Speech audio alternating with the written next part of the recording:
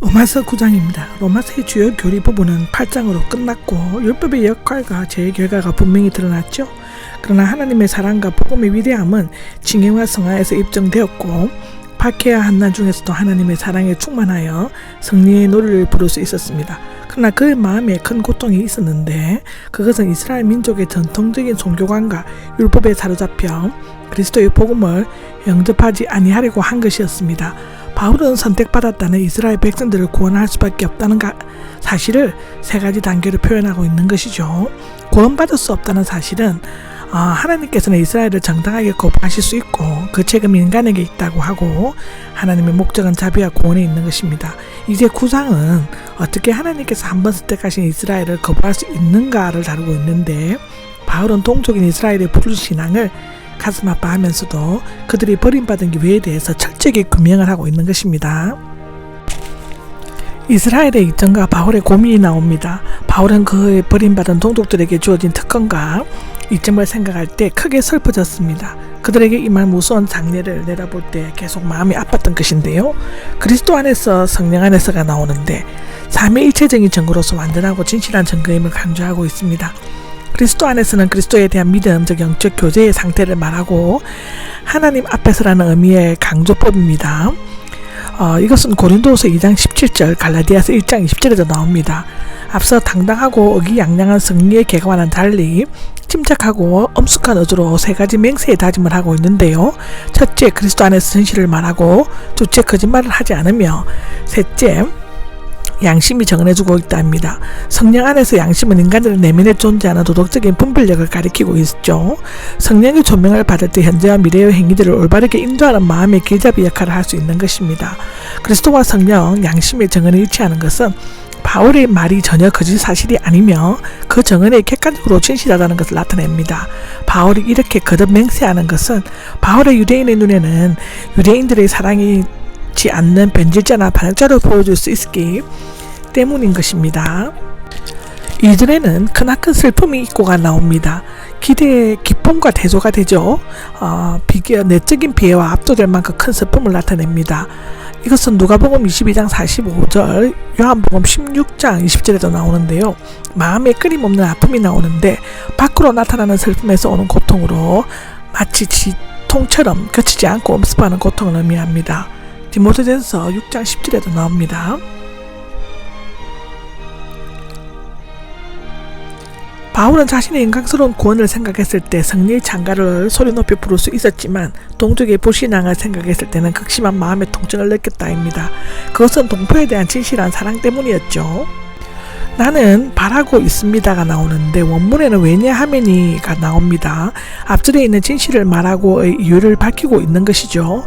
육으로는 내 동족인 내 형제가 나오는데 영적인 이스라엘, 즉 신자와 구별되는 동족 이스라엘 백성을 말하는데요. 그들은 아브라함과 이삭, 야곱을 따라 났으며 언약과 약속에 참여하였던 것입니다. 바울은 이방인의 사도임을 자랑으로 삼았지만 동족 이스라엘 민족을 너무나 깊이 사랑하였습니다.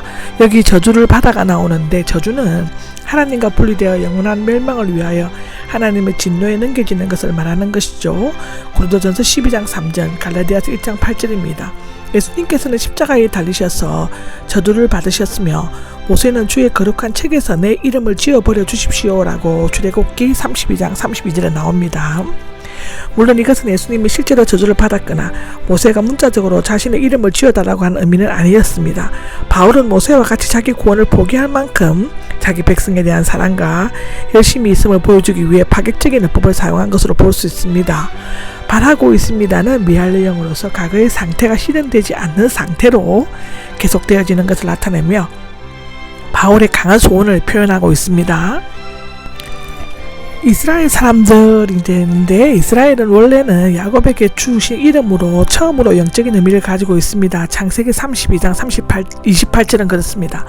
즉 하나님의 언약에 의해 하나님의 축복에 참여할 수 있는 하나님의 백성이라는 의미죠. 그들은 6가지 특권을 가지고 있습니다.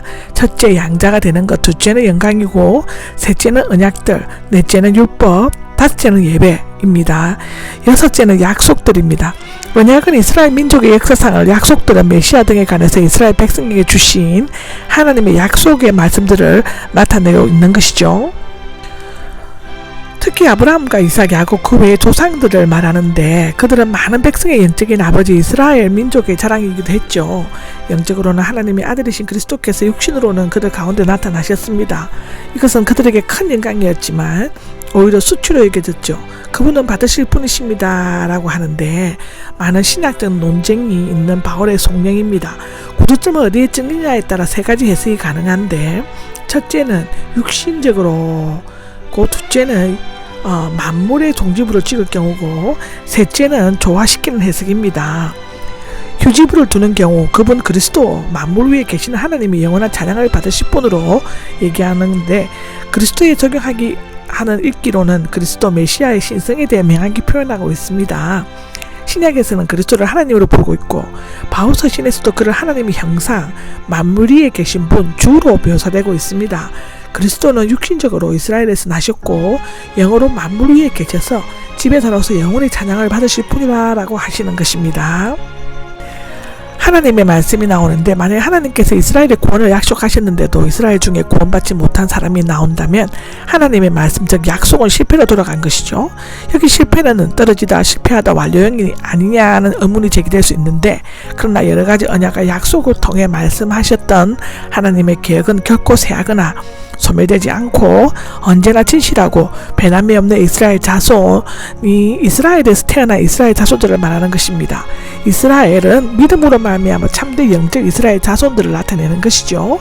이것 또한 갈라디아서 3장 7절에서 9절에 나옵니다.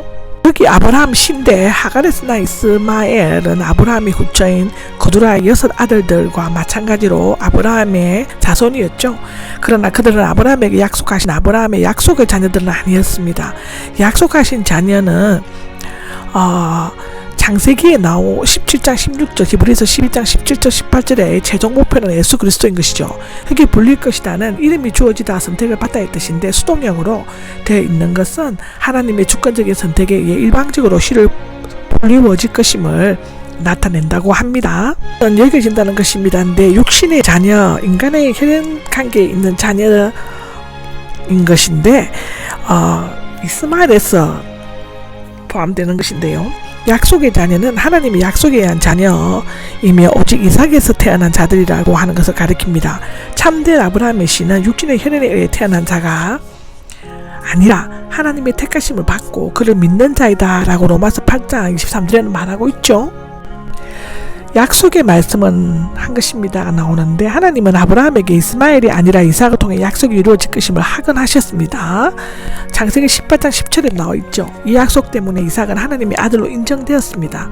이 무렵에 나오는데, 직역을 하면 이 시각에, 내년 바로 이 시각에 하나님의 예정과 약속에 의해 태어나게 될 것인데, 이삭이 하나님의 백성 이스라엘 민족의 조상이 될 것임을 나타내고 있는 것입니다. 10에서 13절은 에서보다 야곱이 나옵니다. 하나님의 주권적 선택에 대한 구약 성경의 두 번째 예정은 유대인 조상의 두 번째 세대인 에서와 야곱으로 되어 있습니다. 이 예정은 두 쌍둥이 중 하나가 택함을 받았다는 사실을 말함으로써 첫 번째 예정보다 훨씬 더 하나님의 절대 주권을 강조하고 있는 것입니다. 무엇보다도 하나님의 약속은 이삭의 탄생에서 하나님의 선택은 야곱의 축복에서 가장 잘 나타나고 있죠.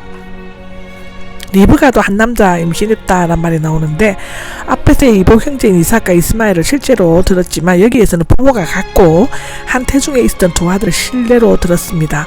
따라서 아브라함의 경우는 두 아들의 어머니가 달랐기 때문에 차별이 있어도 어쩔 수 없다고 할지라도 이삭의 두 아들의 경우는 차별이 있을 수 없다고 할 수 있습니다. 그러나 실제로는 차이가 있었죠. 두 아들이 지속시키려고가 나오는데, 하나님께서 야곱을 아직 태어나거나 어떤 선이나 악을 행하기 전에 택하신 것은 이전에 어떤 조건이 충족됐기 때문이 아니라 주권적으로 자유롭게 택하였음을 나타냅니다. 하나님께서는 자신이 선택하신 뜻을 지속시키려고 하는데, 직역을 하면 하나님 선택의 뜻, 즉 계획 또는 택하심을 따라된 하나님의 예정 계획을 존속하기 위해 하나님의 선택에서 구체적으로 표현된 하나님의 뜻, 즉 계획을 지속시키기 위함이었음을 나타내는 것입니다. 에베소서 1장 4절에도 나옵니다. 하나님의 계획은 인간적인 상황에 의해 변경되거나 폐기되지 않습니다. 하나님께서는 창조 이전에 무조건적으로 선택하셨고 견해와 인간의 순종을 예지하시고 선택하셨다는 견해가 있습니다. 큰 자가 어린 자를 섬기리라고 합니다. 야곱이 맏아들의 그날의 세상에 태어나기 전에 얻었던 것은 하나님의 선택이 사람의 행위가 아니라 부르시는 분에게 달려있음을 보여주기 위함인 것이죠. 여기 기록되기를 나오는데 야곱을 택하고 해서 물리쳤다 의 뜻인데, 앞부분에 바울의 개인적 선택 문제를 다루고 있으며 민족 문제를 다루고 있는 것은 아닙니다. 말하자면 에돔 즉 에서에서 민족보다는 이스라엘 즉 야곱이 옳았다고 묘사하는 것은 아니라 말라기에는 민족을 말하고 있는 것입니다. 말라기 1장 2, 3절을 보시면 됩니다. 에스를 미워했다는 것은 악의적인 증오를 의미하는 것이 아니라 특별 은총에서 제외되고 하나님께서 선택하신 대상이 아님을 강조하는 표현하는 어법인 것입니다. 하나님의 절대 주권을 설명하기 위해 세 번째로 애정을 든 것은 바로였는데, 그러면 우리가 무엇이라고 말해야 하겠습니까? 라는 질문을 합니다. 바울은 디아트리베어의 화법을 사용하여 스스로 의문을 제기하고 있습니다. 야곱과 에스에서 아무런 원인이나 이유가 없음에도 불구하고 하나님께서 야곱을 사랑하고 에스를 미워하신 하나님은 의로우신 하나님이라고 할 수 없지 않느냐라는 질문을 하는데, 두 사람의 차별하는 것은 하나님의 불의하신 것이 아니냐라는 질문입니다. 바울은 이러한 인간적인 의문에 대해 결코 그렇지 않습니다라고 단호하게 부정한 다음 성경으로 하나님의 선택과 국률의 본질을 설명하고 있는 것입니다. 나는 자비를 베푸려는 자에게 란 말이 나오는데, 하나님께서 모세에게 말씀하신 것은 출애굽기 33장 19절입니다. 하나님의 정의에 관한 것이 아니라 그의 절대 주권에 대한 것이죠. 하나님께서는 인간의 가치나 공로 때문에 국률이나 자비를 베푸시지 않으며 인간의 정의나 윤리를 초월한 그의 절대적이고 주권적인 자유의사에 의해서 행하여지는 것입니다. 자비를 베푸다는 남의 고통에 대한 가련한 생각을 밖으로 나타내는 것을 의미하는 것이죠. 이렇게 동정을 베푸다는 내적인 동정심이 마음을 지배함으로써 탄식과 눈물로 적은함을 표현하는 것을 의미하는 것입니다. 사람이 원하거나 노력한다고 해서 라는 말이 나오는데, 선택이나 국률이 여기시는 하나님의 절대성과 주권성에 의한다고 한다면 그것이 인간의 소원이나 노력에 의하지 않는다는 것은 너무나 당연한 일이죠. 이게 노력한다는 것은 경기장에서 승리의 면류관을 얻기 위해 노력하는 것을 의미하는데, 하나님의 긍휼을 얻을 수 있는 조건은 인간의 의지나 노력이 아니라 전적으로 하나님의 절대 주권적인 의지입니다. 성경은 바로에 대해서 말하기를 이라고 나옵니다. 하나님의 긍휼이 절대적인 것임을 확증하기 위해 출애굽기를 인용하고 있습니다. 성경은 말하기를 성경 말씀과 하나님의 말씀이 동일하다는 것을 나타내어 보여주고 있습니다. 무엇보다도 비로소 이스라엘 민족이 애굽을 탈출하는 것에 대해 완강히 반대했고 목세를 극렬히 대적했는데, 실제로 그렇게 하도록 하신 것은 하나님이셨죠. 바로는 자신도 알지 못하면서도 하나님의 도구가 되어 하나님의 목적을 위해 일한 것입니다. 하나님께서는 바로의 압박과 반항을 이용하여 자신의 능력을 보여주고 그 이름을 온 땅에 널리 알리시려고 하셨습니다. 이 목적은 이스라엘 백성이 마침내 애굽을 탈출함으로써 실현되었죠. 하나님께서는 바로의 마음을 완곡케 하여 그로 하여금 이스라엘 백성을 심하게 박해하게 하셨다라고 출애굽기 7장에 나옵니다. 만약 그런 박해가 없었다면 이스라엘 백성들은 풍요로운 고센 땅을 떠나 메마른 가나안 땅으로 가려고 하지 않았을 것입니다. 하나님께서는 바로로 채찍질하여 사용하여 그들을 약속의 땅으로 가도록 몰아내셨던 것이죠. 완고하게 만드십니다. 근데 이 표현은 출애굽기에 자주 나타납니다. 출애굽기 8장 9장에 나옵니다. 하나님에 의해 완곡히 되었음을 밝히고 있는데, 이것은 바로가 완곡히 될 책임이 하나님에게 있음을 의미하지는 않고, 공의로우신 하나님은 악을 행하도록 충동하거나 자극하지는 아니하십니다. 모든 잘못은 인간의 근본적인 부패에 있습니다. 야고보서 1장 14절에는 그렇게 기록하죠. 하나님께서는 단지 바로를 제하게 된 본성을 그대로 내어버려 두신 것에 지나지 않는 것입니다.